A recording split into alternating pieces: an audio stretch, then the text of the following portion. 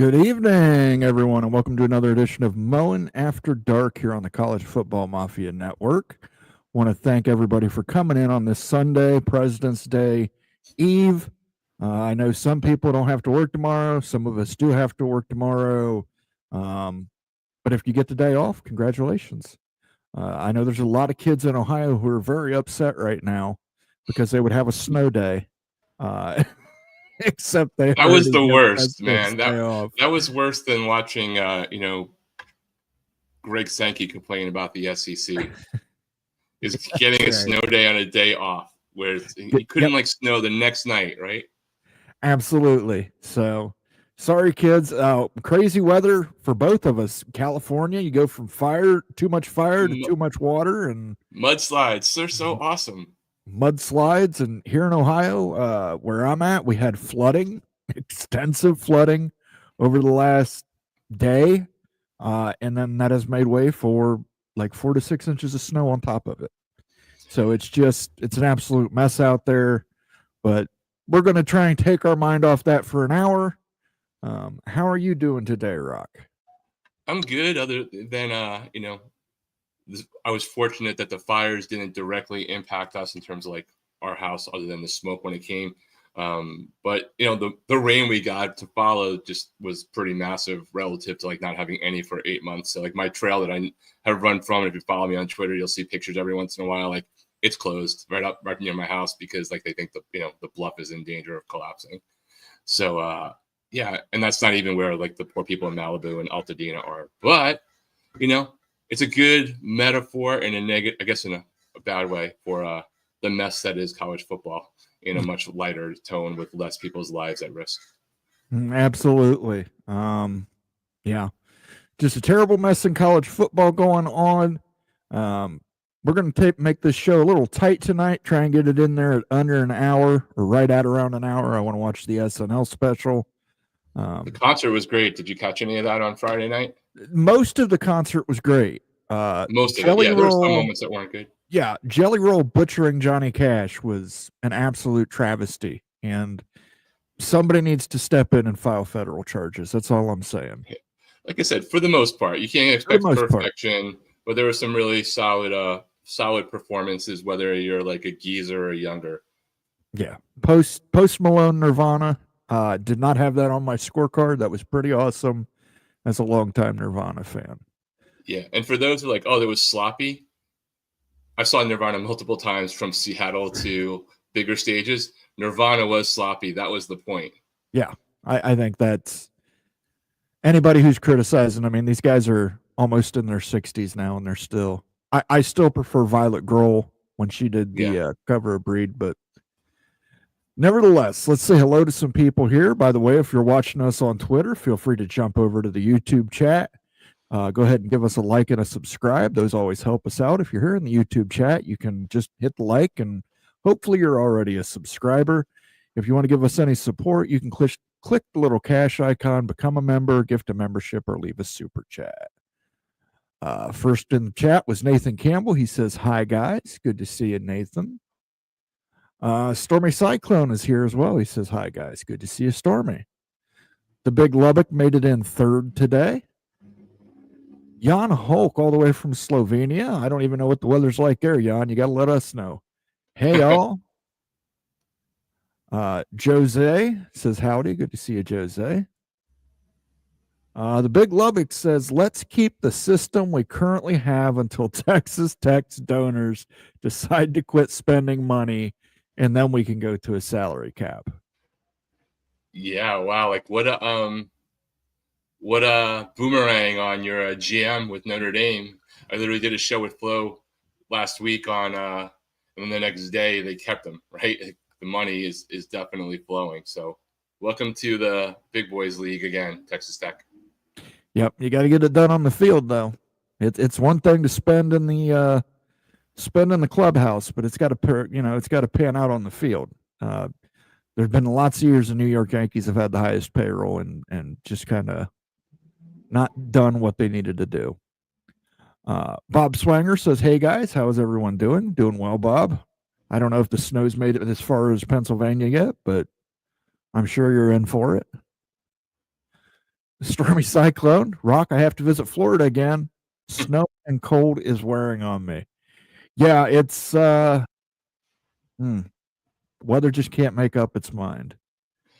It is all over the place. Yeah, I'm not down in Florida, as some of you may know. I live out on the West Coast, but I think there was some weather issues in parts of Florida too, if I'm not mistaken. Yeah, I don't think you're going to escape the weather at all unless you're in Hawaii. Caleb Ramirez, he knows what I'm talking about. He says, "Hi, everyone. Let me know today that they were in a level 2 snow emergency. I don't think we ever got to level 2 here. I think we got to level 1. Shonsky says, "Hi, everyone. Good to see you, Shonsky." Ryan Willie's in the chat. He says, "On Wisconsin." Well, thank you, Ryan. I probably ought to fire up the soundboard here. And if you weren't with us on Friday, you might have missed this. We do now have a Badger sound effect. And this is what the North American Badger actually sounds like here, guys. So we've actually got a super chat for Ryan. I'm going to pull this up real quick. If I can get to it. Thank you. Jelly Roll and MGK Destroyed Country Road by John Denver. Yeah, I mean, I wouldn't recommend anybody actually sit through Jelly Roll, Butcher, and Johnny Cash. It was a Johnny Cash medley. He doesn't sound anything like Johnny Cash. I got a cousin whose husband used to do a Johnny Cash cover band, who did much better job than Jelly Roll did with that performance. But yeah, hey. Johnny Cash is a legend. And, actually, I think the best cover song in history is Johnny Cash doing 9 Inch Nails Hurt, personally. It's not bad. It's not bad. Talking about Nirvana, covering David Bowie's Man Who Sold the World was pretty damn good, too. Yes, it was. All right. Here's the Badger sound for you, Ryan. Thank you for the super chat, brother.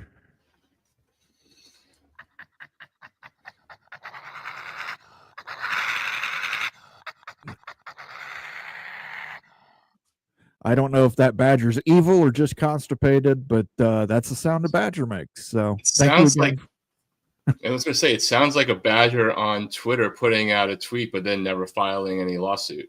I don't know. Could just be me. Thanks, Ryan, for the super chat. Appreciate it, brother. Yeah. Thank you, Ryan. Just remember, baseball season will be here soon enough. Nirvana was awesome. I also got to see him play several times. I got to see him one time, but it was a very good show. Illini Ted says, ILL. Good evening, guys. Good to see Illini Ted. Antoine Johnson says, hey, everyone. Good to see you, Antoine. It might be 9 p.m. or so before the Daytona 500 is over. Okay, I did not know that was being run today, but I don't follow NASCAR. Coy says, hi, all. Good to see you, Coy. INI, but right now they're frustrating. Yes, if you didn't catch it last night, they did a jersey retirement ceremony, and they had the jersey hung upside down. It has spawned a lot of memes, including new Illinois jerseys for sale that have the logo and number upside down on them. So, I mean, you should just embrace it when you do that kind of thing. You'd probably make a lot of money if they put that up in the store. Yeah, I don't even know how you mess that up, but I don't know. Somebody's going to lose their job over that. Jan Hulk says it's cold where he's at in Slovenia. It's 24 degrees Fahrenheit, so you're kind of in the same boat I am. Shonsky's just saying that he saw them play several times. Mr. Monkey says multitasking. Coy says you got that right. Best cover song is All Along the Watchtower. I'm assuming he's talking about the Jimi Hendrix version. You know what, guys? Let's see. Let's see some in the chat here. If you guys have a good cover song, you think that beats Johnny Cash Hurts, Nirvana's David Bowie cover of The Man Who Sold the World, drop them in the chat. I would love to see them. Yeah, and I mean that is a tremendous version of that. I think it was an elevated, like, alternate version. The reason why I think the Johnny Cash Hurt one is because it fundamentally changed, like, the meaning of the song as well as being great in a different way. Whereas, like, Hendrix was just like a super intense, electrified version of an already pretty intense, protesty kind of song. Yeah, I would say the video for Hurt. Yeah, that's probably even a better way of saying it. Like, did a without the lot for video, it. it doesn't feel exactly the same way. The visual helps to take it for me. Ryan, this is from our friend Daniel Gygax. Ryan, I've been lucky enough to heard Country Roads sung in a lot of countries. Best bit of PR the state of West Virginia ever had. Of course, you can't top the John Denver Classic, but Peter Tosh does a reggae version. That's pretty damn good. Yeah, although the Muppets singing John Denver songs sounded better than what we heard the other night. Yes. Yeah. I'm sure some West Virginia fans are going to kill me for my Peter Tosh take, but Ryan Willie's going to go see Leonard Skinner this summer.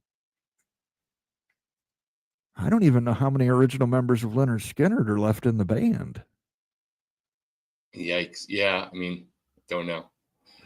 I've seen them play. Like, I've seen videos of them doing a concert with whatever collection it is within the last couple of years, and they still sound pretty good. But even, like, his brother at the front, he's still old. It's hard to hit some of that stuff. He was one of the best singers in rock history. Yeah. FSU Jill, I think that is. I hope I'm doing that right. Says -2. Not sure if where are you? Yeah, I'm not sure where you're at, but I feel for you. I'm sure you wish you were at Florida State right now. Clint Moses says, howdy, y'all. Hey, look at this. Our friend Miami Flo stopping by to support the boys. Hit the like button. Thank you, Flo. What's up, Flo? We'll let you cook, brother. Let him cook. Let him cook now. Let him cook. I said let him cook. Thank you for stopping by, Flo. It is much appreciated, sir. And do as Flo says. He is a very good man. He knows what he's talking about. Go ahead and hit that like button if you would, please. All right, we're going to get down to the subject tonight. Rock and rant. Lack of governance in the NCAA. Name of the show is Not My Precedent. Obviously because the NCAA continues. Anytime they're challenged, they just change their rules. If you get a lawyer, even if they're a shyster, and you sue the NCAA, they change your rules. There's been a lot of talk lately about the A4, that being the Big Ten, the SEC, the Big 12, and ACC, taking over more governance from the NCAA, and that includes enforcement, which outside of the tournament, I have to think was the NCAA's number 2 job. Right. Does that work? I mean, at that point, why even have the NCAA? Well, I mean, I don't think the P4 coming together are going to want to have to administer what's happening at an enforcement and governance level of wrestling in every single conference, right? So I guess we have to see ultimately whether these 4 conferences are coming together specifically only on 1 or 2 sports and keeping everything else under the umbrella that they are also a member of. I think that's like the unknown to me, at least not that I've read or seen, but if anybody has seen differently about whether it's a pure breakaway of the governance. So I think that's kind of what it is. Like, I don't know if they want to spend the time or energy on a different level with a new organization trying to administer the track and field regional and national championships. The thing that throws me off generally, though, is if college sports, whether it's the NCAA or the P4AA, right, whatever it might be called, do not get an antitrust exemption on some level in Congress, the same type of issues can still arise, right? It doesn't matter that they've whittled down to, an organization of however many teams, whether that's essentially the 130 something FBS, to use our common moniker right now, schools in those sports. It doesn't matter. That's a smaller subset. The issue that would still be bigger than the NFL, which has 32 teams, which still has to deal with antitrust issues. Okay, so I mean, but all the money that the NCAA takes in part of that money allotment is for enforcement? Do you just say, hey, we're not giving you that portion of the money now? Just let them run the tournaments and just say, hey, this is the NCAA now. Or do they is do in, enforcement for, the certain sports, and they have a different arm that's policing the big money where more cheating is probably going on? well, and that's the other thing. Do they just maybe say, hey, you can take over enforcement of the G5 and Right. leave the big four to themselves?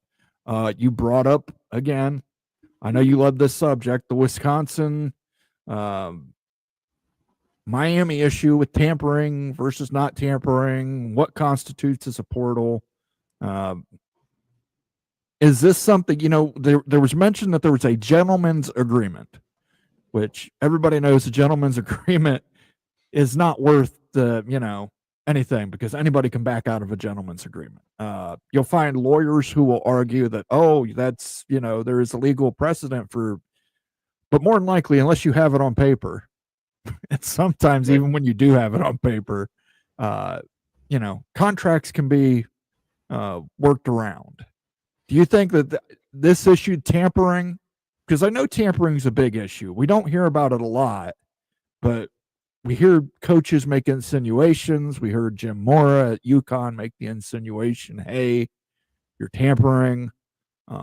We know that Jeremiah Smith got offered a $4.5 million a year deal from somebody working directly with the school, and Ohio State has called that person out. And I think that gentleman may have been fired by now, but tampering's got to be number one issue for them. It's too rampant.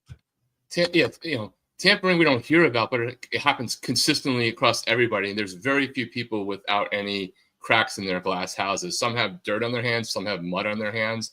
There was, I think it was On3, had a good article. I think it was Pete Nakos maybe shared it. But they were basically doing an off-the-record survey with representatives from multiple teams across different conferences. And, the amount of schools who are not doing it, I think we can count on one hand. And that one hand is only because those schools have been a little bit quieter about it, because the definition isn't really there. So I do think they need to try to figure it out, right? The problem is how do they get there in a way that won't prevent them from getting sued for trying to enforce the rule? Like, there's a massive difference when it comes to a person and their freedom of movement from a job or a career and contracts and a collective bargaining thing, and whether the NCAA can enforce whether a penalty for targeting exists or not, right? There's rules, and then there's like a whole other level of stuff. So that's really the question, is like whether it's the NCAA coming back and being and enforcing rules that aren't consistent in the court's mind. This is not me advocating one way or the other. Like, I think all of the stuff that's going on is insane. But so many of the things they keep getting hit with are basically variations of the same major issue, which is like the right for people to make money in whatever form they want without giving up certain things that haven't been collectively bargained. And whether that's a JUCO player getting an extra year, the ability to move and transfer at will, like any other student, right? When they talk about let's close the two portals, well, any other student can transfer after any semester they want, right? But I think they would be able to enforce a rule of like you can't play another game within the season unless down the road there were like actual trades that were available for players that they willingly did. So like, how do they get to that place where what we think we all want is less insanity and more interest comes to pass without just constantly getting nailed? And if they can't get antitrust exemptions, even on a small level, from either the NCAA through Congress or this new entity through Congress, like, how does it ever stop? And how do we not all lose our minds, not even knowing who's going to be on our team from 1 month to another? Yeah, and I make clear I wasn't taking a shot at Miami. I was just, that's the one that's most forefront in people's minds. But I mean, then the other option you're talking about is, do these A4 schools determine what rules they will allow the NCAA to enforce for them? Are they going to get together and say, okay, NCAA, this is what we consider tampering. This is what we will allow you to enforce. Because, I mean, you have to have somebody above talking about the Big Ten came out in support of Wisconsin. The ACC still hasn't said anything to support Miami in that. I don't understand that. But, I mean, at some point you have to have an independent hierarchy above that will actually enforce that. It does no good. These guys cannot enforce themselves. Right. At some point, somebody's going to run into Oregon poaching somebody from South Carolina, and it's going to happen. So I don't know, but you brought up a great point too. The Pavia case from Vanderbilt. We're going to try and change eligibility where JUCO no longer counts as against eligibility, basically. That would allow him to play 6-7 years again. We haven't heard anything from the NCAA on it, but more than likely it's a lawsuit, so they will capitulate. Yeah, they've given him the temporary thing, right? Yeah. But they're trying to have that overturned, and it's how long is that going to play out? It's extended downward now to not just him, but I believe there's a suit from somebody in D2 in a similar vein, basically just a different offshoot. And if I'm not mistaken, there was contradictory rulings recently on one level where somebody got granted more permission to play again, and another court, I want to say up in the Northeast, ruled against that. So we now have on the same conversation in two different regions of the country, different rulings. Yeah, and I know House versus NCAA settlement, that's going to resolve some issues, but these issues, Wild West. So let's get back to some people here, and we'll get a little further in this conversation. Illini Ted says, best cover I can think of not mentioned is Jeff Buckley's Hallelujah. It's pretty good. During a 9 Inch Nails concert, I was doing a stage dive and Trent Reznor high-fived me running across the stage right before diving into the crowd. Best concert ever. Lollapalooza, 1996, Buckeye Lake, Ohio. Chonsky was stage diving like an animal. There you go. If you know, right? Lucky he didn't get a hole in the head. OPD Don's here. He's saying Stevie Ray Vaughan's cover of Voodoo Child was awesome. I can't disagree with you there. Stevie Ray Vaughan pretty much covering any song was awesome. Mick Stevens says frogs. I think that's in relation to TCU. I hope. I hope, but I know it's like raining a lot, so maybe there's like a plague somewhere. I was going to say there's a great 70s eco horror movie called Frogs. And it's just about as corny as you can think. As the name implies, it's about frogs. Jose says, good point. Don't see how A4 could govern G6, so NCAA may still need to do that. Yeah, I mean, we're at this point, if I'm not mistaken, that we have some of the schools that are not like the P4 having objections to, further down to the House settlement generally, because they feel like it was negotiated for them without them having a say in it. Very good. The NCAA is going to do academics and eligibility only. Again, unless they get sued. And then, because right now, if they get sued, they're basically letting everybody just walk all over them. So, the NCAA is basically, have you seen the movie Airplane? Yes. Who hasn't? The NCAA is now the woman in the chair who's like losing her mind, and like everybody lines up to slap her across the face. And the nun's there with like a crowbar. Correct. Fantastic movie. Jose says A4 presidents could sign a memorandum of understanding, NFL style governing, with a Goodell-like figure handing out cap violation penalties to schools alone. Again, I think I agree with that 100%. You need some form of governance at the top. It has to be a top-down system, and that governance has to be independent of the A4 conferences. But I don't think you can sign a memorandum of understanding. I think it's got to be a legal binding contract, because as we found out recently, memorandums of understanding don't really mean, really aren't worth the paper they're printed on. They're a roadmap. It doesn't mean your car gets to the destination just because you have one. Yeah. And Stormy Cyclone says, who would govern the A4? Great question. Do we do it by committee? Do we get a commissioner like Roger Goodell? Does Congress step in and, help appoint someone? I don't know. But it's an interesting question, and it's something we have to address. Daniel Gagak says 3 schools not tampering: Naval Academy, Air Force Academy, and Army Academy. They have so many rules on transfers. You're right. They don't.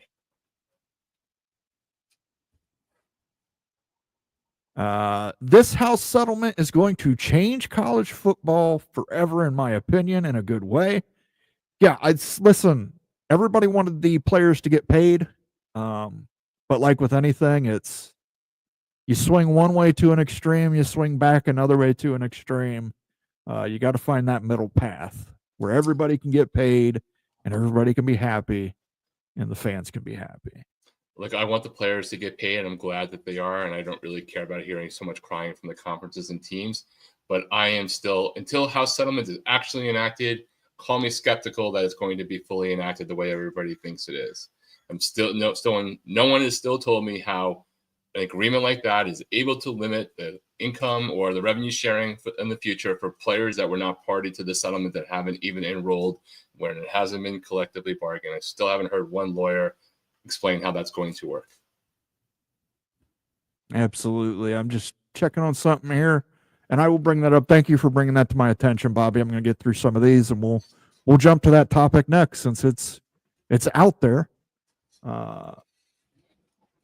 Towtown Hawk, Rock Chalk, take a shot of a top shelf liquor or at the leading number of commitment 2026 recruiting class. Jayhawks, 12 commits.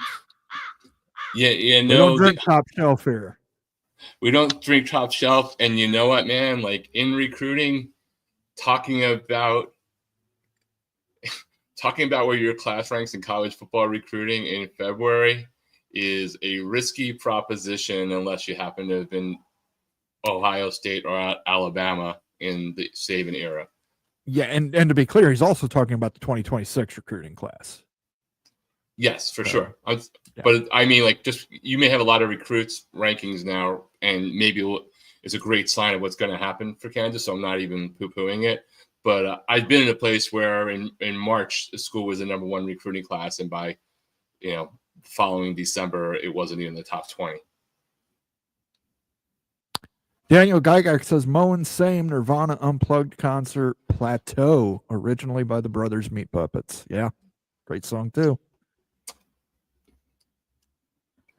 Scobuffs, Moen, you are funny like a clown. You would have fit in Goodfellas for sure. Be safe. Signed, Fergie. What do I amuse you? I was gonna say, go get your shine box, Buffs. You keep him here. Now, you ain't got to drink with me. I got to borrow this knife, Mom. The deer, its paw got caught in the radiator. It's a sin, Mom.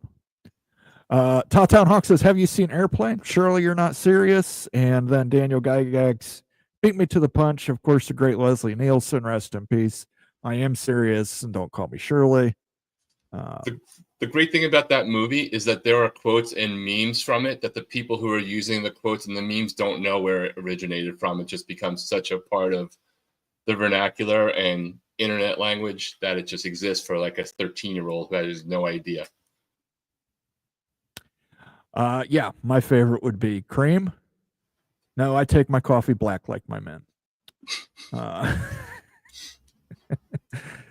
Airplane is an all-timer, and I do speak jive, absolutely.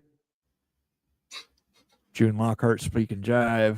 The athletes are signing their NIL rights to the school, and to the schools are how they are going to do it. I don't know yet. We've got to see what happens with House. Well, they are not all, because it could be different by school, right, for their NIL rights and their contracts, and they're not necessarily signing their exclusive rights, right? They're downstream rights, but doesn't mean like a player has to go through this. It doesn't mean that Nike has to go through their school collective, whether it's their outside or internal one, to get a big player to do a deal with them. They can do a separate deal outside of that. So it remains to be seen. Stormy Cyclone says, could Kareem even fit in a cockpit? Probably not. Maybe a 747 back in the day. Yeah, maybe one of those super jumbo jets, but I don't know. All right, I'm going to bring this up here. This is kind of breaking news. This was posted about 30 minutes ago.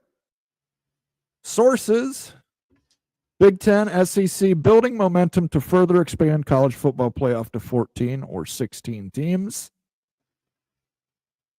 Yeah, I should have opened this in the other browser with the ad blocker. Last spring, during intense and at times heated negotiations over the future of college football playoff, leaders of the Big Ten and SEC threatened to create their own postseason system if they were not granted a majority of CFP revenue and full authority over the playoff format. I take a little exception with that. It wasn't full authority.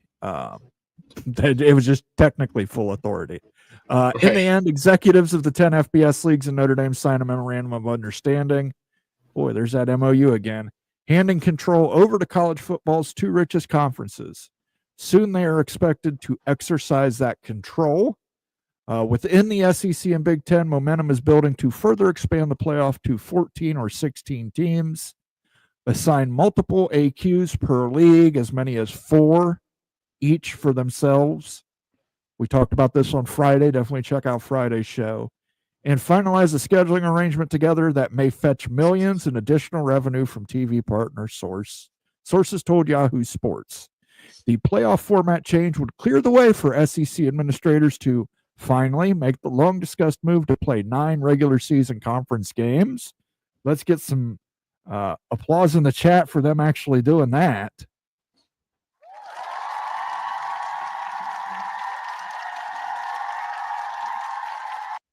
And would trigger perhaps all 4 power leagues to overhaul their conference championship weekend. These ideas and concepts previously reported by Yahoo Sports as possibilities are now serious agenda items within the highest governing bodies of the SEC, Big Ten, Big 12, and ACC, according to officials from each of those leagues. The 11 members of the CFP Management Committee, the 10 FBS Conference Commissioners, and Notre Dame's athletic director were contacted for this story, many of them confirming the existence of these potential ideas, but declining specific comment on the matter. Final decisions are expected in the coming weeks. SEC and Big Ten athletic directors will meet Wednesday in New Orleans for the second time in the last 5 months. Big 12 athletic directors are expected to discuss the future playoff format at meetings this week. And ACC athletic directors, as well as presidents, met last week in Charlotte, North Carolina. The CFP Management Committee is scheduled to meet February 25th in Dallas, where the SEC and Big could present ideas for a future format. A consensus recommendation the 2 leagues may establish this week in New Orleans. So just so you know, this isn't necessarily for this year coming up. This year coming up would still remain a 12. This is for like 2026 and beyond. According to most who have viewed the memorandum of understanding from last spring, the SEC and Big Ten hold sole discretion on the future CFP format starting in 2026, the beginning of the CFP's new 6-year television agreement with ESPN that runs through the 2031 playoff.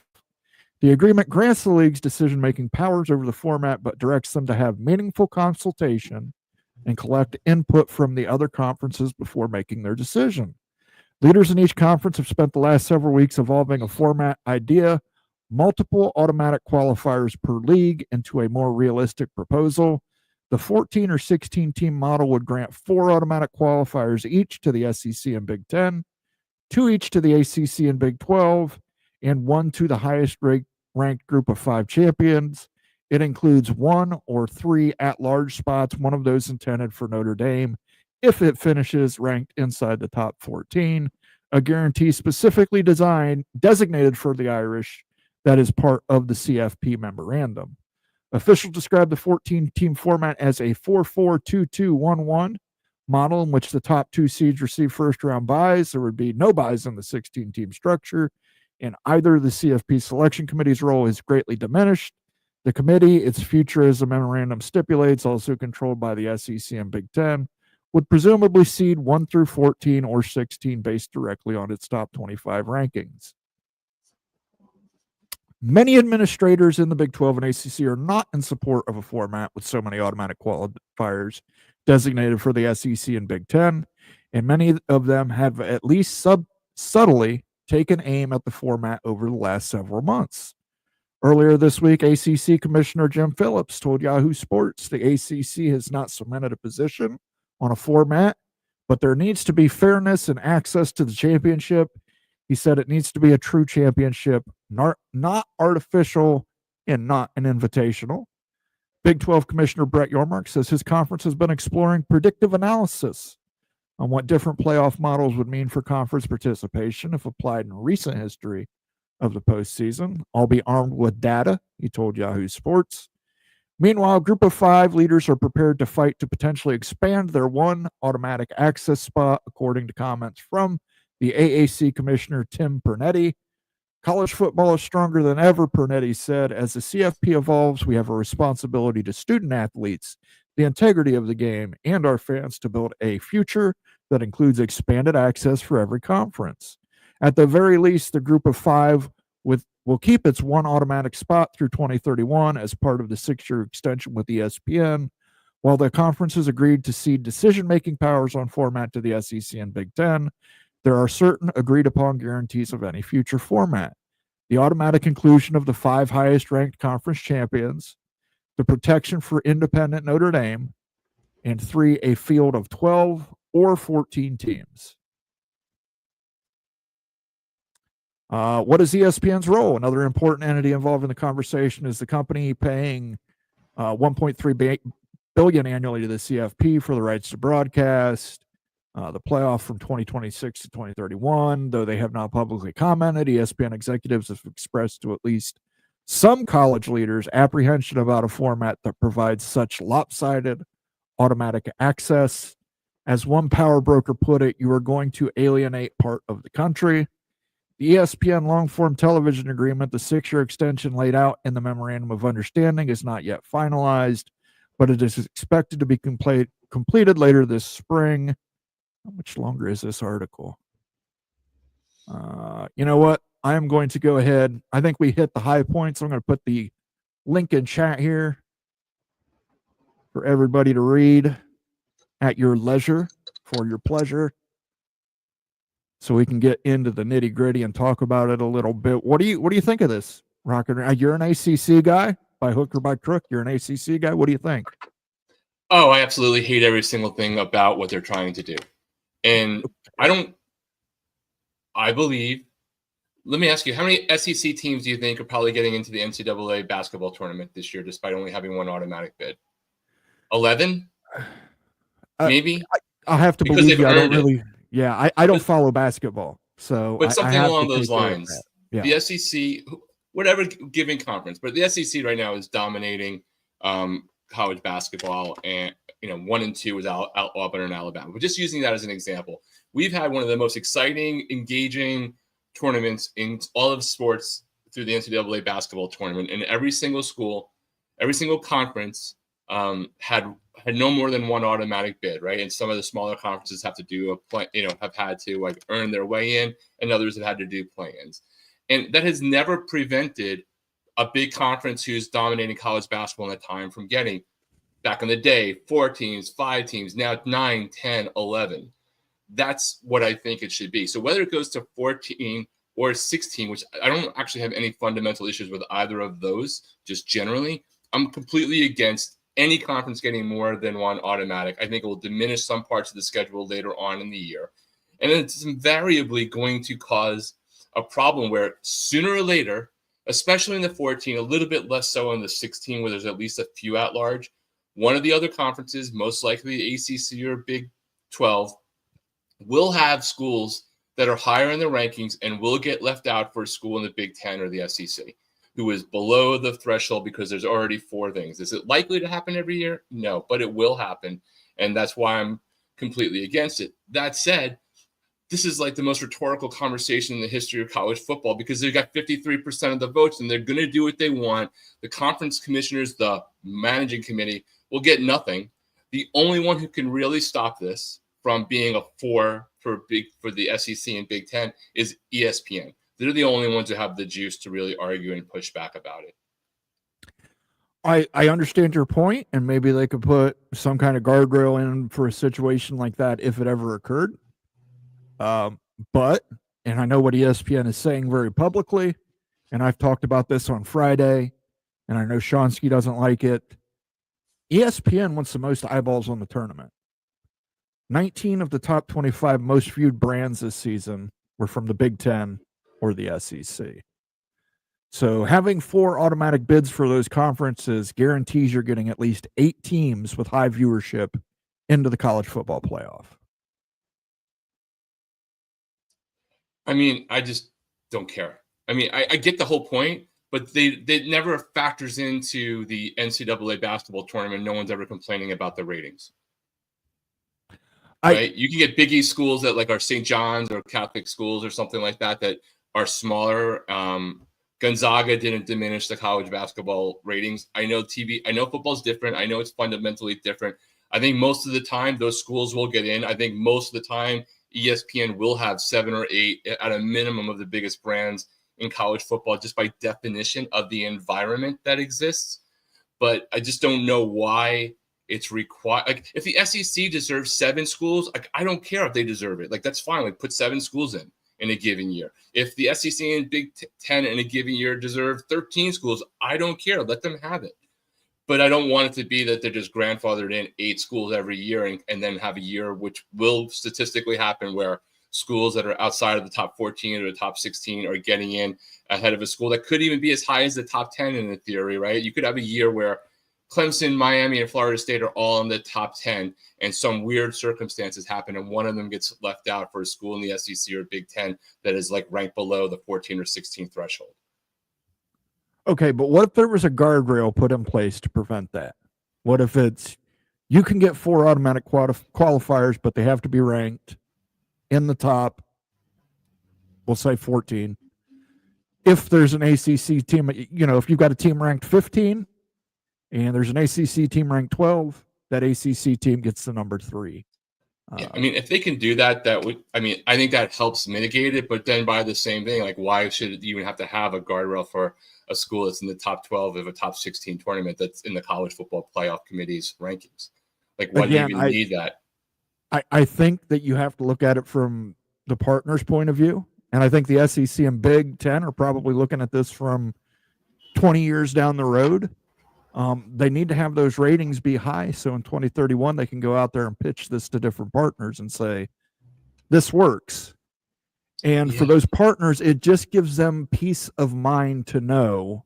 The same partners that do a deal with the NFL and now have no control about whether Jacksonville makes the playoffs and seems to do totally fine as they make $1 zillion every year.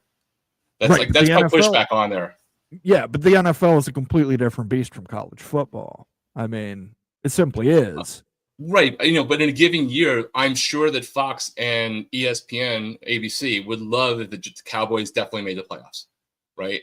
Because even though they have their deal, but it doesn't happen. They don't get like grandfathered. The NFC East always gets like 2 or 3 schools in, 2 or 3 teams in, just because we want to make sure that the division that theoretically has 3 or 4 of the biggest brands in the NFL in 3 or 4 of the biggest media markets automatically is covered against having some of these other teams from the NFL there. Like, no, I get it's different, but it's not that different to me. But it is, though, because you've got to realize the NFL teams are playing on an even playing field. There's salary cap. There's no salary cap in college football right now. How is it fair? I mean, I get what you're saying. Yes, it's earned. Why is it so hard to just earn it, though? Like, why can't the Big Ten schools, if it's that much of a gap, it will get earned? Thing. But here's the thing, Rob. Right? Here's the thing. I think statistically speaking, I think the Big Ten and SEC are going to get 4 teams in almost every year, regardless. Yeah, and I'm not changing my opinion. The AQ just puts peace of mind for the media partners. Yeah, I'm not changing my opinion. If like Miami got into the Big Ten in an hour after this thing, I would not change my answer. Sure. No, I appreciate that. I mean, I'm not asking you to change your opinion. I'm just saying. I'm not arguing with you. I'm just saying this is not because I'm in the ACC Miami. I would say the exact same thing if Miami, Florida State, and Clemson were all in the SEC and the Big Ten tomorrow, because I don't want the ACC or the SEC to get 4 automatic bids in the NCAA basketball tournament either. Like, just win it on the field. You probably will anyway.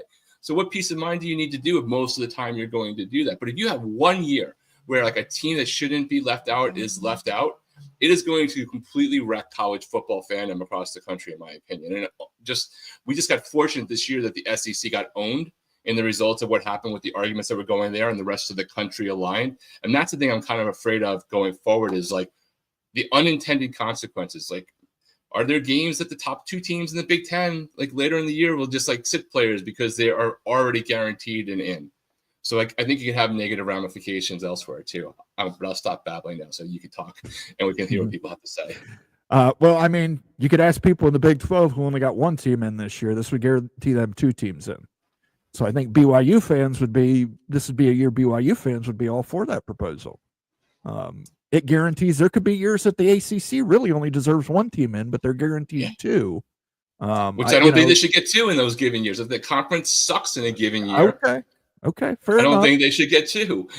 But like, again, I don't want the 20th team. Like, let's say the ACC has a disastrous season and only Florida State they've come back and they're in the top 4, and everybody else is like 7-5 and 8-4, and they're just beating each other up like Big 12 style, and none of them are in the top 14 or top 16. I don't think they should be in there, especially if like half of them played really janky out of conference schedules. Fair enough. I'm just saying the saloon doors swing both ways. But I would say this. I look at it, and some people don't like this. I think you got to maximize the revenue because there's a lot of schools that don't ever make the college football playoff, guys, that get a cut of that base payout. And the more money you can get for the college football playoff from the media partners, the more money those schools can get. That helps enrich their athletic departments. That provides more opportunities for student athletes, helps get more kids get a college education. So, well, that's a moot point right now because the money for the college football playoff in this deal, including past this year, has already been set. Other than if they do 14 or 16 teams, sure. like that money is already set. I agree with you. You know, in this world, where is everything going to be in 2030 anyway? Like, can we even predict any of that? Really? Again, I agree with you, and I think this year we saw how bad they did how bad they messed up when they went against the NFL. I think the Big Ten and SEC want to make sure for the next 16 years they get the ratings points to be as high as they can. So in 2031, when it does go out to bid, there's more partners. They can get a more lucrative deal. They can go back and look at the ratings and say, hey, look, this, we're able to get Ohio State and Michigan in there, and it boosts the ratings. And maybe then in 2031, you go to 16 and you just say, hey, let's just make it performance-based, guys. And that's, and then we're going to get to the rest of your comments for the rest of the show, guys. So keep putting them in the chat there. I apologize. We got off on a little tangent there, but Ross Dellinger dropped that article tonight on a Sunday before President's Day. How dare he? How dare he, Ross Dellinger? KU is killing it in state recruiting 2026. Their ranking will fall as others have equal numbers, but it's a great class so far. Absolutely, they got a great new stadium there in Kansas. Nothing to sneeze at. I love the idea. The Jekyll and Hyde program of 2024, what will they be in 2025? FF18 Buff says, if Big 12 ACC had 2 automatic qualifiers, then I won't see you to drop some non-conference games and get big-time games set up. Miami versus Colorado on September 12th, 2026 would rock. Rock. I agree. Miami's not one of the schools that doesn't schedule strong out-of-conference games, so I would love to play Colorado. And we talked about this on Friday, and I think it's a great idea. I think the Big 12 needs to get together with the Big 10 and SEC. I think Colorado, Nebraska should be an every-year game. I'd like to see Nebraska, Oklahoma be an every-year game. Kansas, Missouri should be an every-year game. I'd like to see some more of these rivalries that have gone away due to conference realignment come back through scheduling agreements. So thank you for the super chat, Fergie. Let me see. What can I give you as a sounder?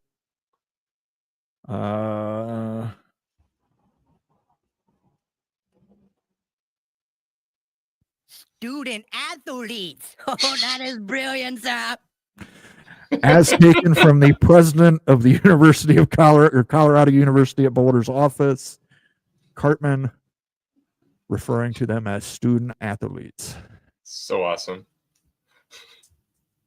Listen, I don't make the rules. I just write them down and put them up.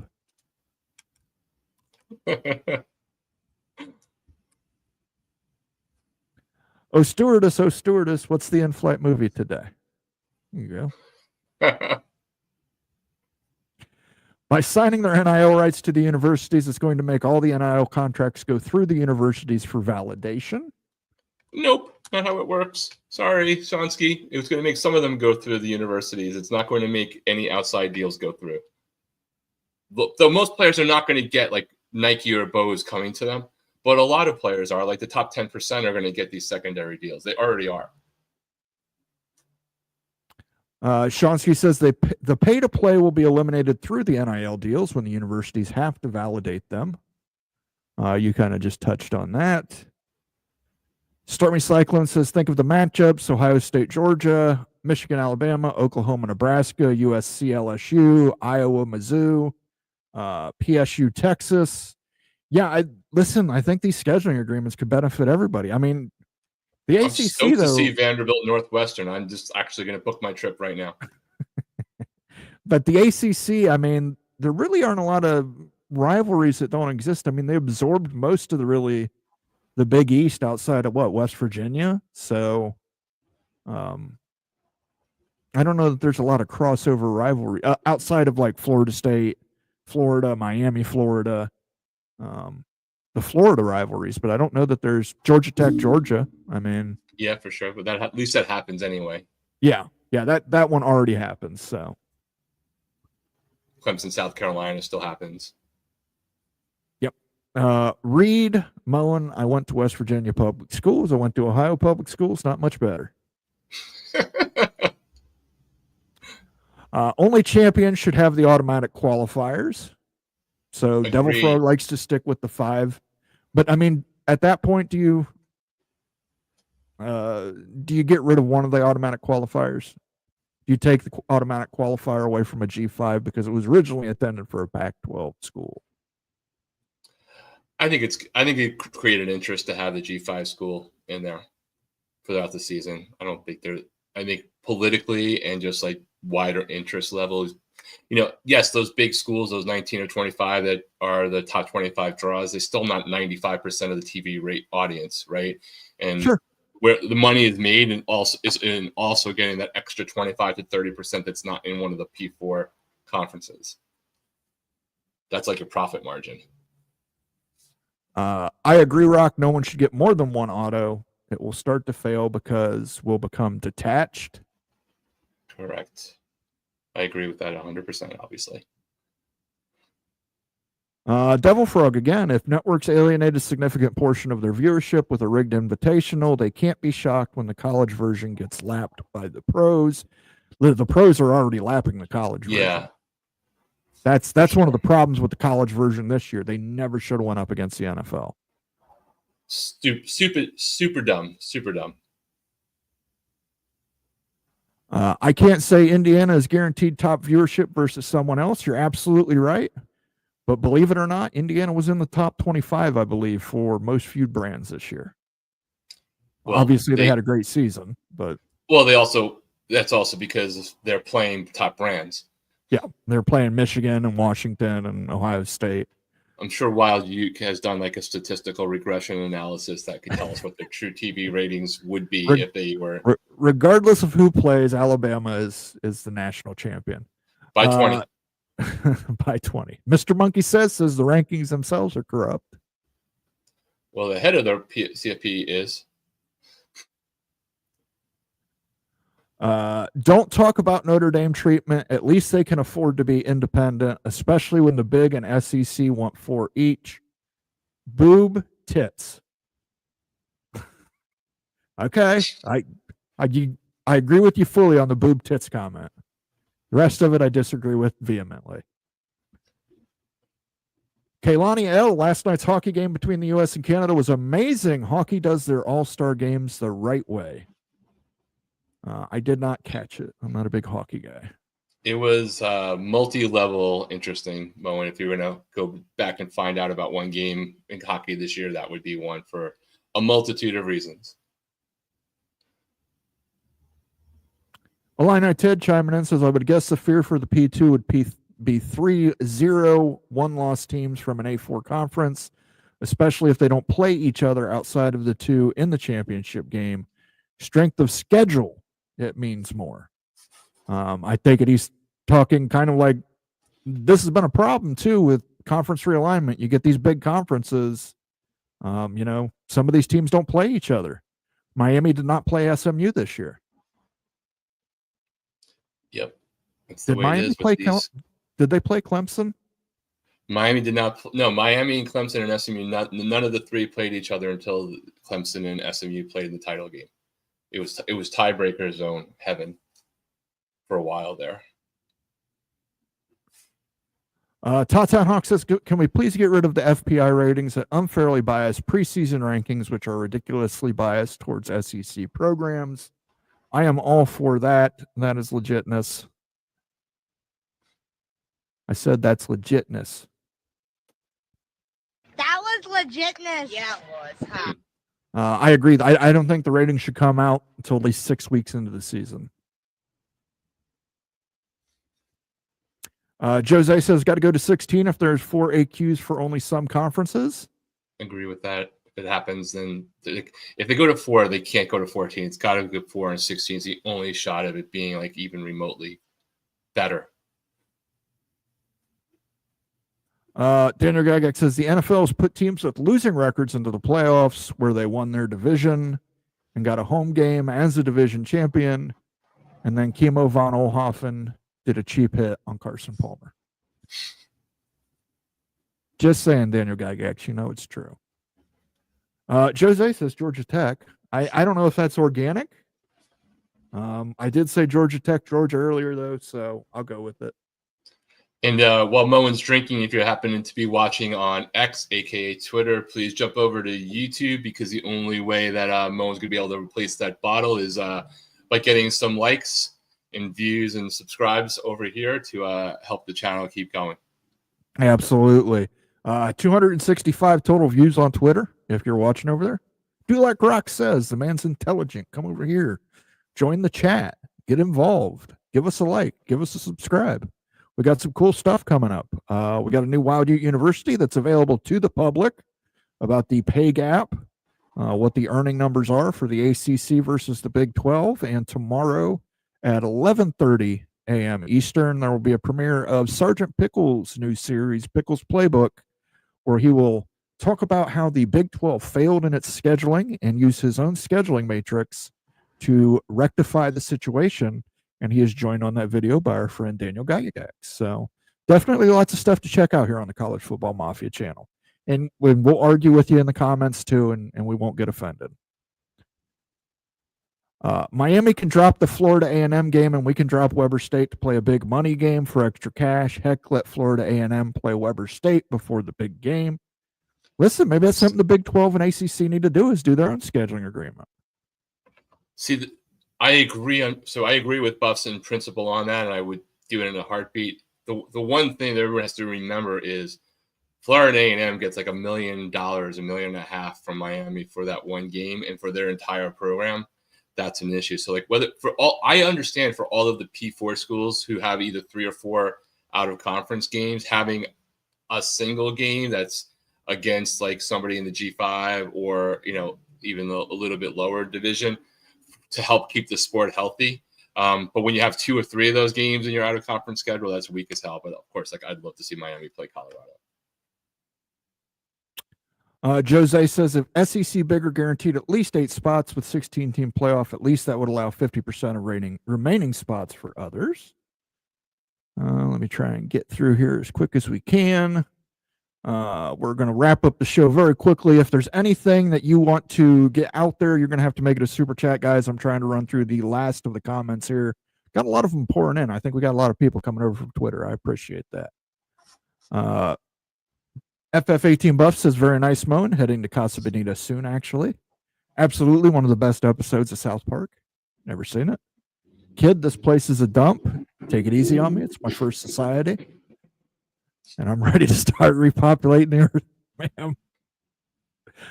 Kansas, Missouri. Yeah, definitely. Definitely. That's a great rivalry. I think that should be scheduled to return. Moen, should a Big 12 school like Iowa State be penalized if they schedule Iowa, Nebraska, Missouri in non-conference? No, I think they should be rewarded for it. Casa Bonita is supposed to be an intense experience. Yeah, it's by reservation only, and I hear you got to do reservations like a month plus in advance. But someday I'll get out to Colorado and I will check out Casa Bonita. Mr. Muggy says Kansas, Missouri will be a spectacle. It will be pretty great to see these two on the same field. I just don't know if you guys understand the hate. I completely understand the hate. You guys fought a war. We fought a war against Michigan. It goes down to real blood and guts. So I completely get where you're coming from. However, in the end, we got Toledo, and they got an Upper Peninsula full of minerals. So I don't know that we won that fight. Be sure to read the code of conduct of Casa Bonita. I will. I'm not going to try and cliff dive. I will not try and cliff dive. Daniel Gygax says true, and Kimo wasn't flagged. Absolutely true. Changed Carson Palmer's complete trajectory as a pro. Texas Tech will start earning its college football playoff money. Our friend Glenn Hanna, the Duck, says liked. Thank you, Glenn. Appreciate it. Daniel Gygax says thanks for the shout out again. 11:30 Eastern, 8:30 Pacific tomorrow. That's a premiere. Gygax and Sergeant Pickles will be in the chat answering your questions, so do check that out. Shonsky says, Big Lubbock, I agree with you. Texas Tech BYU conference championship game. Very possible. Sky says Toledo War, Civil War. True, but the war between the bleeding Kansas actually predates the Civil War a little bit. Yes, it was the beginning of hostilities, but it does predate. Bleeding Kansas does predate it a bit.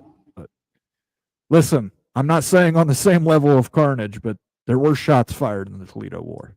And it predates the Civil War. It was the first war between states, so. Or territories, I should say. Michigan was a territory at the time. But hey, Sky, thanks for dropping in. Go ahead and give us a like if you're here. All right, let's go ahead and do our last calls here. Rock and Rant, I'm going to get the last call button up. What's your last call? Just, it's like a little bit of the dead period here, but there's been some late-breaking coaching changes in coaching. Shout out Florida. Sorry about your DV coach. Thank you. But hopefully everyone who has an extra day off tomorrow has a good, healthy one. If everyone who's dealing with rain and floods and everything, hearts out to you, man. And women. Absolutely. And can we just get this coaching? We're going to do a Big Ten Mafia video about all the coaching changes and grading the coaching changes in the Big Ten. Every time I get done with a slide, another damn coach gets hired or gets taken away from a school. And it's driving me nuts. My last call is, have a happy President's Day. Check out all the new videos coming out on the channel here. Go ahead, check out Wild Ute University's video. Check out that video tomorrow when it premieres at 11:30 Eastern, 8:30 Pacific. I want to thank everybody for joining us tonight, and I am going to go watch the Saturday Night Live special. Peace out.